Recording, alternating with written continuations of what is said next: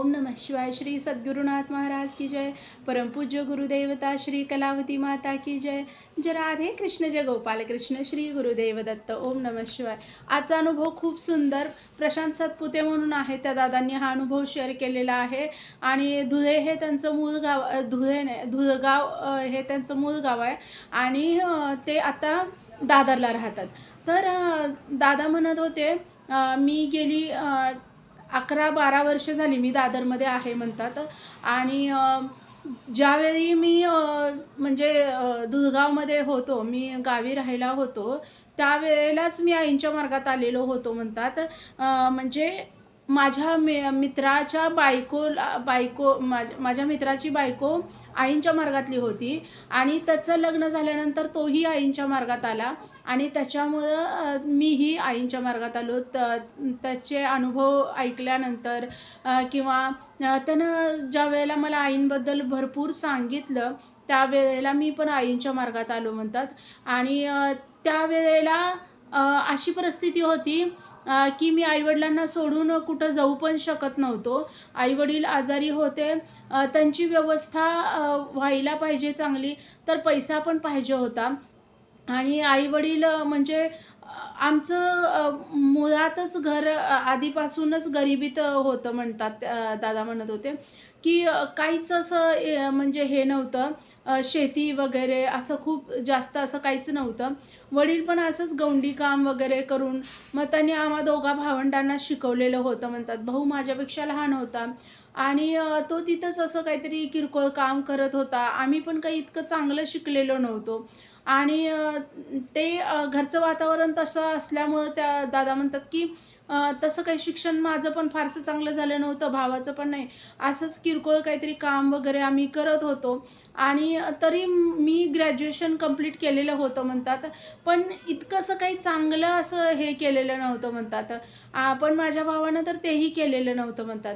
मग असं वाटायला लागलं, की मी ज्यावेळेला तिथनं बाहेर पडणार, त्यावेळेला आई-वडिलांकडे बघायला कोण हे नव्हतं. भाऊ होता म्हणला, दादा म्हणत होते, पण तो तेवढी जबाबदारी घेण्यासारखा नव्हता.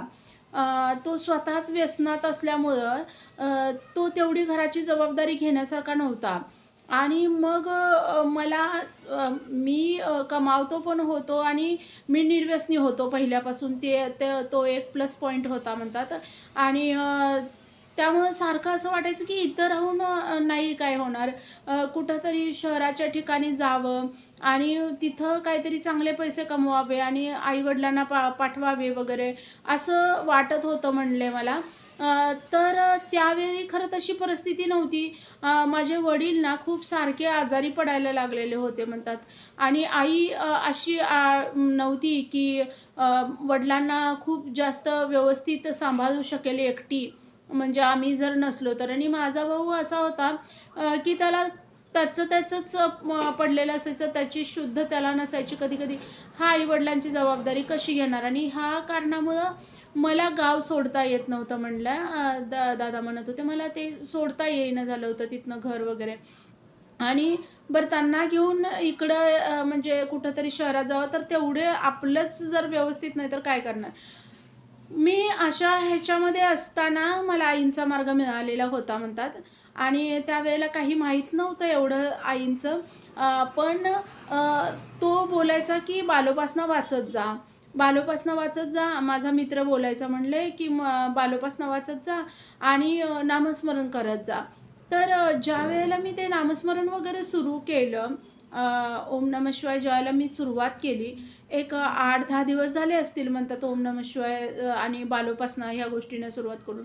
आणि माझे वडील खूप जास्त आजारी पडायला लागले म्हणले त्या काळामध्ये. तर सुरुवातीला काही वाटलं नाही. पण नंतर ते खूप जरा जास्तच वीक व्हायला लागले. जेवण त्यांना जाईना. सारखेच आजारी पडायला लागले. मी उपासना चालू करून 2-2.5 महिने होत आलेले होते म्हणतात.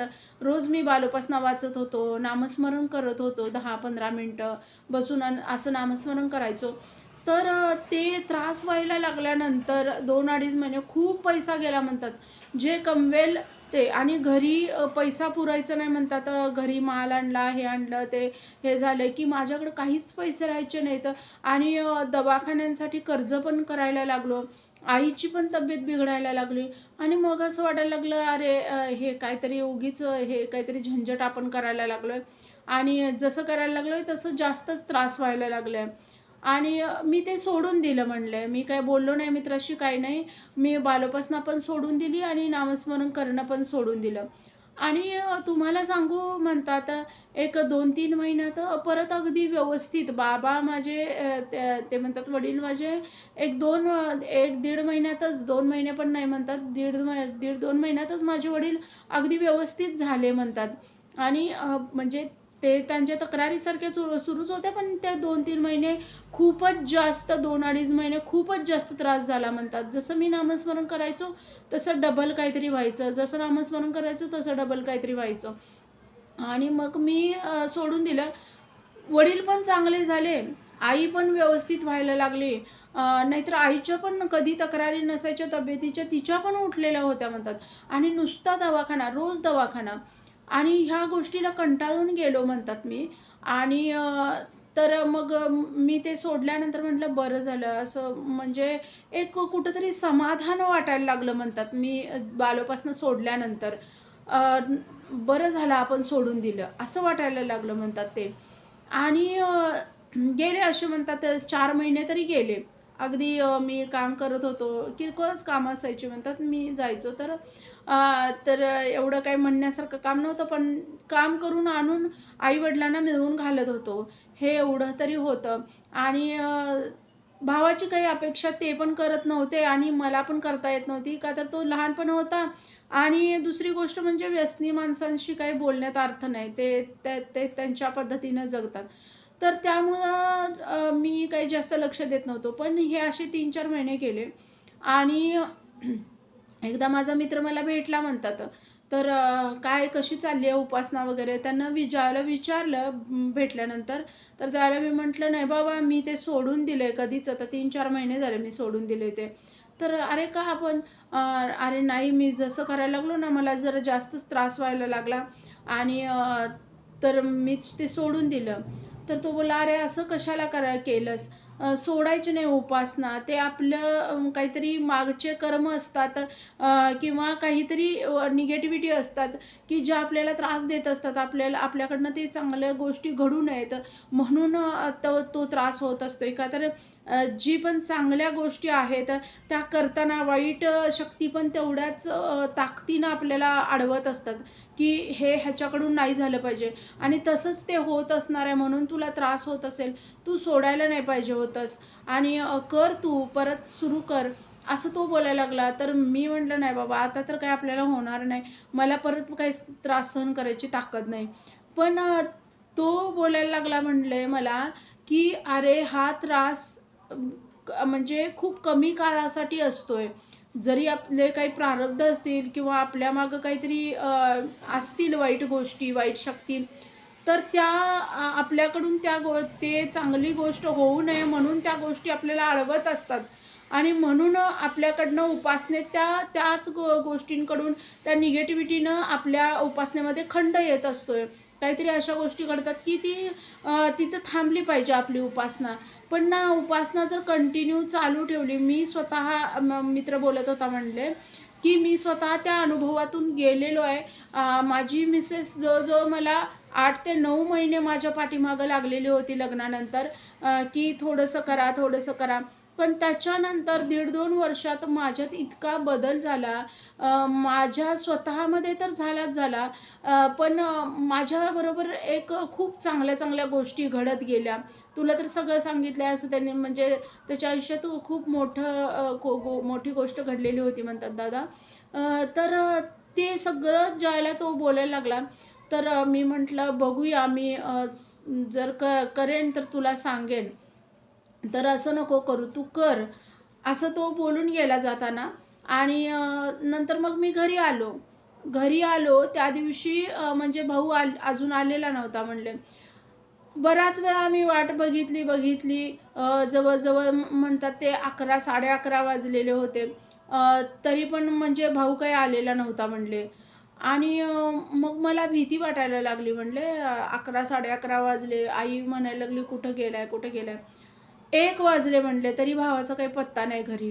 आणि आम्हाला पण असं वाटायला लागलं, की अरे कुठं पडलाय काय? दारू वगैरे पिऊन कुठे हे झाले काय? पण तो प्यायचा पण कधी अ, म्हणजे असं कुठं पडलाय, आम्ही त्याला आणायला गेलोय, असं कधी नव्हतं झालेलं. तो घरी यायचा म्हणले. 9:30 10 वाजेपर्यंत का असेना, पण तो घरी यायचा. 1 वाजले तरी तो घरी नाही आला. मग मी तरी जाऊन 1-2 ठिकाणी बघून आलेलो होतो त्याच्या आधी म्हणले. त्याच्या मित्रांकडं जरा आसपास कुठं वगैरे म्हणजे पिऊन वगैरे आज कुठं असं काय पडला-बिडला काय म्हणून मी आसपास तरी बघून आलेलो होतो. तरी पण तो कुठं दिसला नाही म्हणतात. तर मग मी घरी आलेलो होतो आणि 1 वाजता पोलीस वगैरे आमच्या घरी आले म्हणतात रात्री. ते मॅटर सांगण्यासारखा नव्हता दादा म्हणतात. पण तो दिवस म्हणजे इतका भयानक होता. का तर आम्ही गरिबीत वाढलो, किंवा आम्ही बाकीच्या शिक्षण नाही घेतलं वगैरे हे झालं. भावानं पण शिक्षण नाही घेतलं. पण ह्या असल्या गोष्टी कधी आम्ही केल्या नव्हत्या म्हणतात. ज्या गोष्टीचा त्याच्यावर आरोप केला गेलेला होता. आणि तसल्या गोष्टींमध्ये आम्ही कधी अडकलो नव्हतो. का तर आई-वडीलच तसे नव्हते म्हणतात आमचे. आणि तसले काही संस्कार पण नव्हते आणि आमच्याकडे तेवढा पैसा पण नव्हता, की कुणी आमच्याशी म्हणजे आमच्याकडे कोणी येईल मुलगी वगैरे असं कोण येईल आमच्याकडे बघायला, किंवा आमच्याशी अफेअर वगैरे करायला. तर तसं काही आमचं हे नव्हतंच म्हणतात. त्यामुळं तसल्या भानगडीत नाही. म्हणजे आम्ही शिकलो नाही. त्याच्यानंतर आम्ही एवढं हे नव्हतो, हुशार नव्हतो आधीपासून, किंवा आम्ही काम साधं करत होतो. आमची गरिबी होती. ह्या गोष्टीपर्यंत ठीक होत्या. पण ह्या असल्या माझा भाऊ व्यसनी होता, इथपर्यंत ठीक. पण त्याच्यावर जो आरोप केला गेलेला होता आणि त्याला मारलं गेलेलं होतं, तर ते माझ्या वडिलांना सहन झालं नाही आणि ते खूप कसं तरी करायला लागले म्हणतात. आणि एकदम त्यांना धक्का बसल्यासारखा झाला. ते कसं तरी करायला लागले. घाबरल्यासारखं व्हायला लागलं त्यांना. आणि ते पोलीस वगैरे त्यांना घेऊन आलेले होते. तर त्या सिच्युएशनमध्ये म्हणतात अशी म्हणजे ते बोलू नयेत ते दिवस, पण असं वाटत होतं की माझ्या भावाला मीच मारून टाकावं. हे असलेच दिवस फक्त बघायचे राहिलेत का आता घरातल्यांनी, असं वाटायला लागलेलं होतं म्हणतात. आणि ती लोकं पण होती सोबत. ज्यांनी काहीतरी आरोप वगैरे केलेले होते, ती पण लोकं सोबत होती. मग आमच्या समोर त्याला मारलं. पोलिसांनी पण मारलं. त्याच्यानंतर त्या घरातल्यांनी पण त्या कुटुंबियांनी पण मारलं.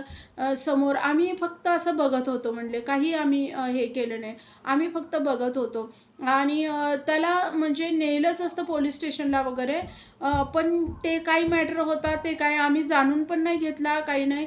पण आम्ही फक्त एवढंच बोललो, की तो काही चुकत असेल तर तुम्हाला जे वाटतंय ते करा. मी हेच बोललो. आणि मला तर यातलं काही माहीत नाही आहे. पण ते ते त्याच्या त्या मुलीच्या भावानं वगैरे हे केलं, की म्हणजे आत्ता सांगून ठेवतोय फक्त वगैरे असं हे करून ते रात्री मारून ते निघून गेले. पोलीस पण त्यांच्यासोबत होते. पण काही नेलं नाही म्हणतात. माझ्या भावाला नेलं वगैरे नाही. पण ती रात्र आमच्यासाठी इतकी भयानक होती म्हणतात दादा, की असल्या काही गोष्टी आम्हाला कधी माझ्या वडिलांना पण पटल्या नाहीत. त्यांनी पण त्यांच्या ह्याच्यामध्ये आयुष्यात असलं कधी केलं नाही आमच्यासमोर आणि मी सुद्धा कधीच नाही म्हणतात. आणि ते बघितल्यानंतर वडील फार कसं तरी करायला लागले. आणि मग तेवढ्या रात्री वडिलांना दवाखान्यात ॲडमिट केलं गेलं म्हणतात. ते म्हणजे त्यांना कुठलीही गोष्ट सहनच होत नव्हती. म्हणजे कुठलं टेन्शन आलं, कुठलं हे आलं, तर ते इतके घाबरून जायचे, की मला हातपाय नाही आहेत वगैरे असे बडबडायचे. मला फार हे झालंय, मला हातपायच नाही आहेत वगैरे. आणि मेन त्यांना शुगरचा वगैरे त्रास होता म्हणतात. आणि ते खूप खूप घाबरल्यासारखं करायचे एकदमच मग. आणि मग त्या दिवशी ॲडमिट करायला लागलं. माझ्याकडं तुम्हाला सांगू म्हणतात फक्त खिशामध्ये ₹8 होते फक्त माझ्याकडं म्हणतात आणि काही पैसे नव्हते. एवढ्या रात्री आता करणार काय? मग मी माझ्या मित्रालाच फोन केला आणि म्हटलं असं-असं "अरे गरज आहे आणि दवाखान्यात आणले बाबांना वगैरे." तो लगेच आला म्हणतात त्यानं वेळ लावला नाही, लगेच आला. दवाखान्यातलं बिल वगैरे त्यानंच भरलं. ॲडमिट करावं लागणार आहे म्हटल्यावर तो म्हणला, "काळजी करू नको." आणि तुम्हाला सांगू सगळं त्यानं त्यानं बिल पे केलं. परिस्थिती त्याची आणि माझी सेम होती. ज्यावेळी त्याचं लग्न व्हायचं होतं, म्हणजे लग्नाच्या आधी त्याची आणि माझी परिस्थिती सेम होती म्हणल्या. काही हे नव्हतं. तो पण खूप शिकलेला नव्हता. म्हणजे ग्रॅज्युएशन दोघांनी पण कंप्लीट केलेलं होतं, पण इतकं चांगलं असं ग्रॅज्युएशन नाही म्हणले झालेलं होतं. एवढं काही आम्ही मार्क्स पण चांगले नव्हते, आम्हाला काही नव्हतं. पुढं काहीच केलेलं नव्हतं. असंच पण तुम्हाला सांगू तर आईंच्या कृपेनं त्याच्या म्हणजे त्याच्या मिसेसची श्रद्धा खूप होती आणि त्यांनी दुकान घातलं म्हणतात कपड्यांचं आणि म्हणजे त्यांचं किराणमालाचं एक दुकान आधी पूर्वीपासून होतं म्हणतात. त्याच्या वडिलांचं होतं. तर ते असं किरकोळ चालणारं होतं. पण त्याचं त्या म्हणजे 2-2.5 वर्षांच्या काळामध्ये इतका मोठा बदल झाला. त्याच्या मिसेसच्या उपासनेचा खरं तर परिणाम तो म्हणतात. का तर त्याच्या आधी 9 वर्ष म्हणजे ती लग्नाच्या ज्या वहिनी आहेत म्हणतात आमच्या, लग्नाच्या आधी 9 वर्ष त्या उपासनेमध्ये होत्या म्हणतात. आणि त्यामुळं त्यांनी नवऱ्याला सुद्धा उपासनेमध्ये आणलं. आणि स्वतः कपड्यांचा व्यवसाय पण इतका चांगल्या पद्धतीनं आईंची कृपा होती म्हणतात. तर ती का तर त्यांनी पण जास्त शिकलेल्या नसताना नवीन गावात येऊन सासरमध्ये येऊन त्यांनी धाडसानं कपड्याचा व्यवसाय उभा केला आणि खूप चांगल्या पद्धतीनं त्यांना आईंच्या कृपेनं रिस्पॉन्स मिळायला लागला. त्यानं खूप चांगल्या पद्धतीनं दुकान हे केलं म्हणतात. जे अगदी वडिलांच्या ह्याच्यामध्ये खूप असं किरकोळ चालत होतं त्यांचं दुकान. अगदी मोठंच्या मोठं दुकान हे केलं आणि त्या दिवशी तो मला बोलला, "अडचणी येत नाहीत असं नाही गुरुमार्गात. मी तुला तेच सांगतोय. गुरुमार्गात मला पण पहिल्यांदा हे करायला नकोच वाटत होतं ते. पण तू आज बघतोयस माझी परिस्थिती काय आहे किंवा कसं आहे." आणि मेन म्हणजे अ, त्याच्या मुलाच्या बाबतीत इतका मोठा प्रॉब्लेम झालेला होता. पण त्या सिच्युएशनमधनं आईंनी इतक्या सहजरित्या त्यांना बाहेर काढलं.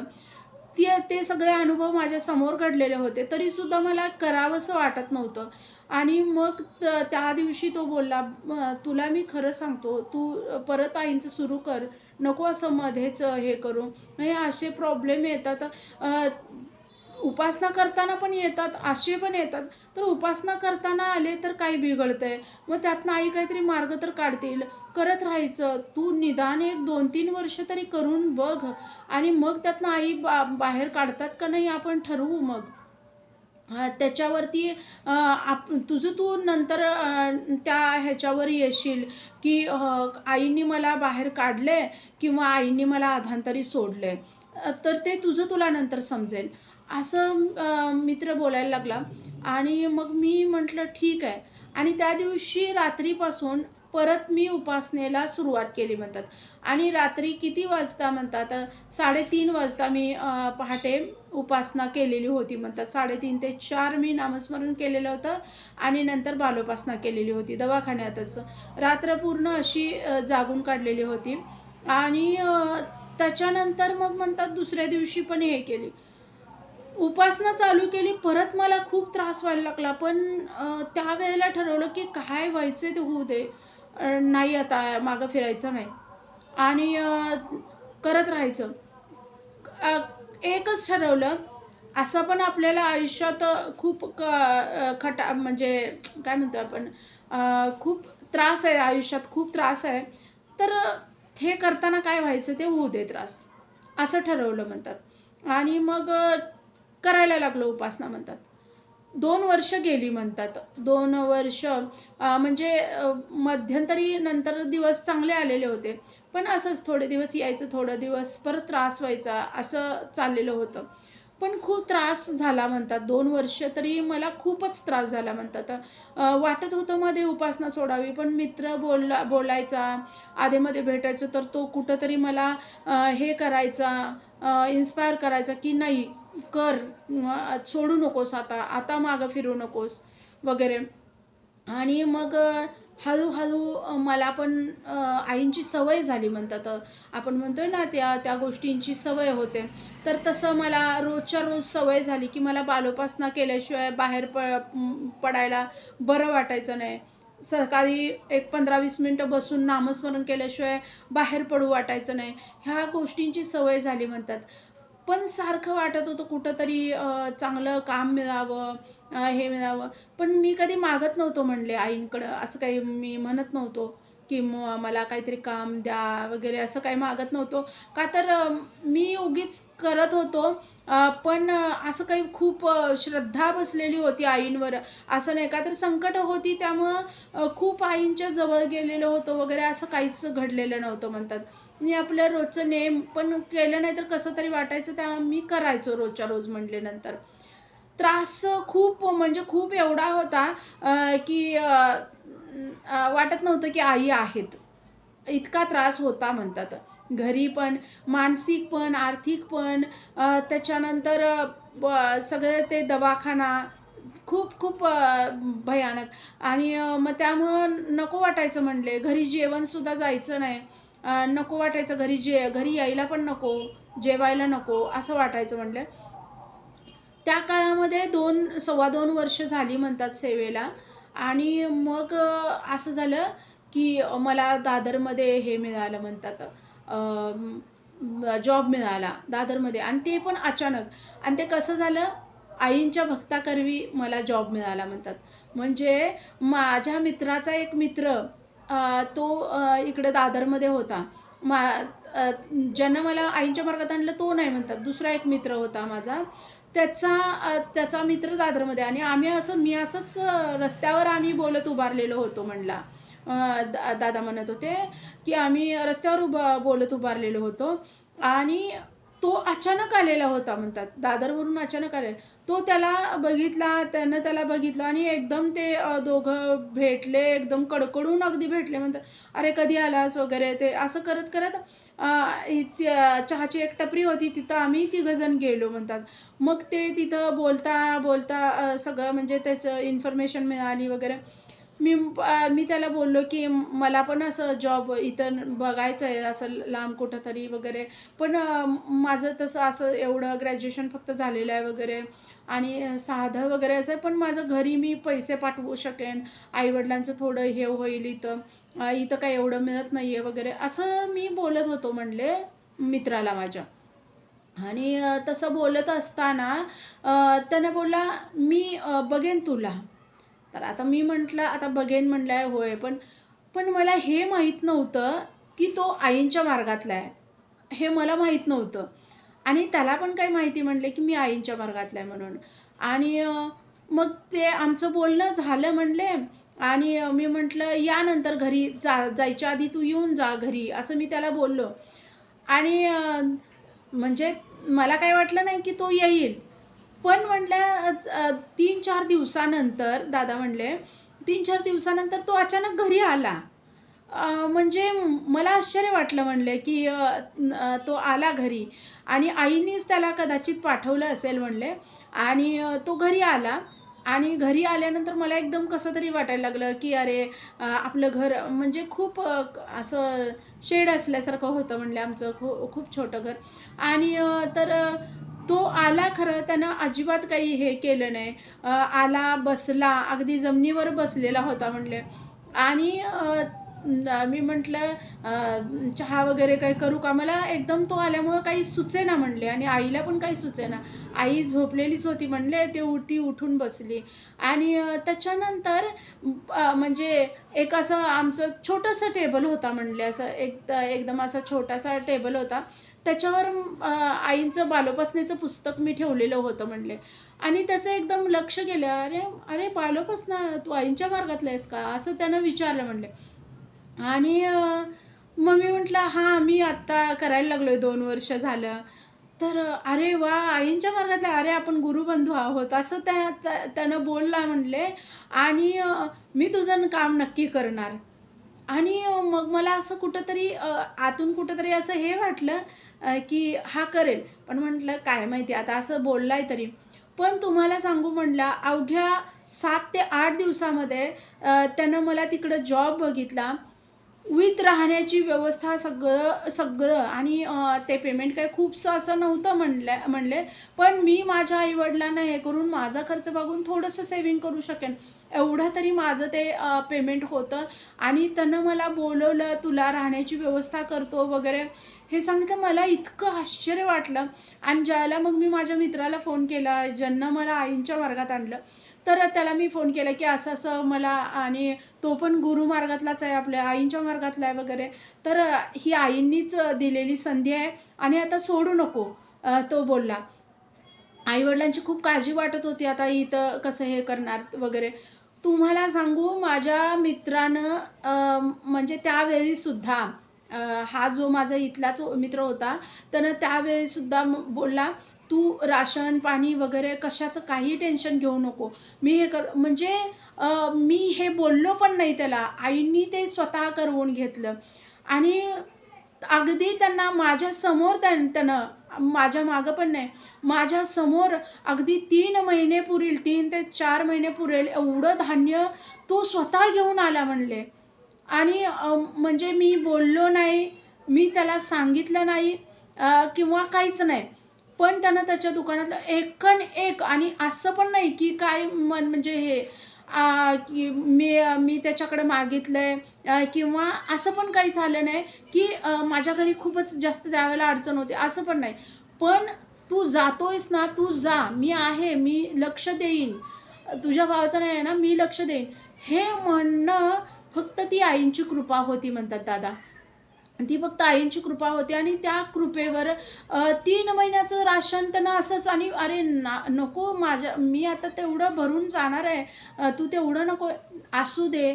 तू मला तिकडं पेमेंट वगैरे झाले की मला थोडे-थोडे दे." एवढं सांगून मला ते सगळी आईंची कृपा होती म्हणले. मला त्या दिवशी कळलं की गुरुमाऊली आहेत आणि म्हणजे थोडासा तुम्हाला धीर धरावा लागेल, थोडासा धीर धरून उपासना करावी लागेल. संकट आली तरी म्हणजे विश्वास दाखवावा लागेल. आपण जगात सगळ्यांवर विश्वास ठेवतोय. पण देवावर काही काळ आपल्याला विश्वास ठेवायचा नसतो. त्यानं तातडीनं तुम्हाला दिलं पाहिजे, अशी आपली अपेक्षा असते. तर तेवढा विश्वास आपण लोकांवर ठेवतोय, की माझं हे एवढं एवढं होऊ दे, तेवढं होऊ दे. असं लगेच देवाकडनं आपण अपेक्षा करतोय. पण लोकांवर किती काळ विश्वास ठेवून राहतोय आपण. पण देवावर विश्वास ठेवायची आपली हे नसते, तेवढी कुवत नसते. आणि जरी विश्वास ठेवला, तर तो 1 महिनाभर, 2 महिने, मग तो लगेच डळमळीत होतोय आणि लगेच तो तुटतोय सुद्धा. तर तसं माझं झालेलं होतं. पण तुम्हाला सांगू ज्यावेळी त्यानं 3 महिन्याचं मला इतकं आश्चर्य वाटलं. 3 ते 4 महिने पुरेल एवढं ज्यावेळेला धान्य मी बघितलं घरामध्ये आणि मी आश्चर्यचकित झालो म्हणले त्या दिवशी. मी काही न बोलता, काही न मागता या गोष्टी आल्या. अगदी मिठासहित, धान्यांपासून मिठासहित सगळं त्यानं आणलेलं होतं. आईंनी ती बुद्धी दिलेली होती म्हणली त्याला, दादा म्हणत होते. आणि त्याच्यानंतर मग मी दादरला शिफ्ट झालो. खूप भीती वाटत होती, की आपण कधीच घरापासून लांब नाही राहिलेलो. कसलं काम असेल कुणास ठाऊक. पण इथं आल्यानंतर आईंनी त्याच्या रूपानं माझ्या त्या मित्राच्या रूपानं इतकं सहाय्य केलं. चांगल्या कंपनीमध्ये मला जॉबला लावलं त्यानं आणि तुम्हाला सांगू म्हणले मी अजूनही त्याच कंपनीमध्ये आहे. काम करतोय अजूनही तिथंच आणि खूप आईने भरभरून दिलं म्हणले. मी आई-वडिलांना पैसे महिन्याला पाठवायला लागलो. मित्राचे मी भागवले. स्वतः सेव्हिंग करायला लागलो. मला वाटतच नव्हतं म्हणले, की मी सेव्हिंग पण करू शकेन. एवढं सगळं करून मी सेव्हिंग पण करू शकेन. एवढं काही हे वाटत नव्हतं. पण खूप चांगलं सेव्हिंग करायला लागलो. तुम्हाला सांगू आईंच्या कृपेनं म्हणतात एक 4-5 वर्षानंतर खूप चांगली बायको मला मिळाली म्हणतात, की जिनं खूप चांगल्या पद्धतीनं माझ्या घराला पण तेवढाच आधार दिला, आई-वडिलांना पण तेवढाच आधार दिला आणि माझाही संसार हे केला. का तर माझ्याजवळच राहणारी मुलगी एखादी मुलगी म्हटली असेल, "नाही तू आहेस तिथं मी राहते." पण आहे त्या कंडिशनमध्ये माझी बायको माझ्या आई-वडिलांजवळ राहिली म्हणतात. जोपर्यंत माझे आई-वडील होते, तोपर्यंत ती आई-वडिलांजवळ राहिली म्हणतात. त्यांची सेवा केली, सगळं केलं. त्याच्यानंतर भाऊ असा होता माझा वगैरे. पण तरीसुद्धा तिनं कधी तक्रार नाही केली आणि अशी बायको मिळणं म्हणतात, ती सगळी आईंची कृपा होती. आत्ता म्हणतात 1 वर्ष, 1.5 वर्ष झाले म्हणतात, आई-वडील दोघं पण गेलेले आहेत. पण एवढे वर्ष तिनं तिथं राहून संसार केला म्हणतात. मी कधीतरी जात होतो, आठवड्यातून 1दा-2दा असं मी जात होतो म्हणले. पण कधीही तिनं किरकिर केली नाही, कुरकुर केली नाही किंवा माझ्या आई-वडिलांची हेळसांड केली नाही. पण तुम्हाला खरं सांगू ही सगळी आईंची कृपा होती. नाहीतर आणि काहीही म्हणजे काहीही नसताना माझ्या गावी माझं घर उभं झालेलं आहे म्हणतात. म्हणजे अगदी खूप साधं घर होतं. पण आता 3 रूम वगैरे आम्ही बांधलेले आहेत. खूप चांगल्या पद्धतीनं तिथं घर झालेलं आहे. पण आता जॉब आहे इकडं. भावाला एक वेगळीच खोली बांधून दिलेली आहे. त्या जागेमध्ये एक त्याची त्याला बांधून दिलेली आहे. तुझं तू काही पण कर बाबा. एक वेगळी खोली बांधून दिलेली आहे. तुम्हाला सांगू म्हणतात इतका बदल आयुष्यात झालेला आहे आईंच्या कृपेनं, इतका बदल की तो मी म्हणजे वर्णन करायला माझ्याकडे शब्द नाहीत असं म्हणत होते दादा. आणि सगळ्यात महत्त्वाचं ते म्हणत होते की माझी मुलं आता छोटी-छोटी आहेत, पण माझी मुलंसुद्धा आईंच्या मार्गात आलेली आहेत म्हणतात. आईंच्या मार्गात आलेली आहेत. स्वतः आईंचं करतात आणि आई म्हणतात, आईंना आई म्हणतात. म्हणजे छोटी आहेत अजून म्हणतात, अगदी 5-6 वर्षाचे आहेत म्हणतात. 4 वर्षाचे आहे, एक मुलगा माझा आहे तो 6 वर्षाचा आहे. पण आईंना आई म्हणतात. काहीतरी आणि इतकी कृपा म्हणतात, की काहीतरी झालं तर ते रडत आईंजवळ जातात म्हणतात. आईंच्या फोटोजवळ जातात. आई, आई म्हणून रडतात. काहीतरी झालं तर ही माझ्यासाठी खूप मोठी गोष्ट आहे म्हणतात. आणि तिथं बसून नामस्मरण करते. माझी मुलगी तर लिटरली बसून नामस्मरण करते म्हणतात, रडत-रडत. आणि ही गोष्ट खूप मोठी आहे म्हणतात माझ्यासाठी. एवढ्या लहान वयापासून माझी मुलं आईंच्या मार्गात आलीत, ही खूप मोठी भाग्याची गोष्ट आहे म्हणतात माझ्यासाठी. फक्त एक गोष्ट राहिलेली आहे, भाऊ तेवढा आईंच्या मार्गात आला पाहिजे आणि त्याच्यात तेवढी सुधारणा झाली पाहिजे. ही एक इच्छा तेवढ्या आईने अजून ठेवलेली आहे म्हणतात. पण ती पण लवकर पूर्ण करतील आई असा विश्वास आहे म्हणत होते दादा. तर असे छान-छान अनुभव सगळ्यांना येऊ देत. व्हिडिओ आवडला तर like, share and subscribe. Shri Sadgurunath Maharaj की जय. परमपूज्य गुरुदेवता श्री कलावती माता की जय. जय राधे कृष्ण, जय गोपाल कृष्ण. श्री गुरुदेव दत्त. ओम नमः शिवाय.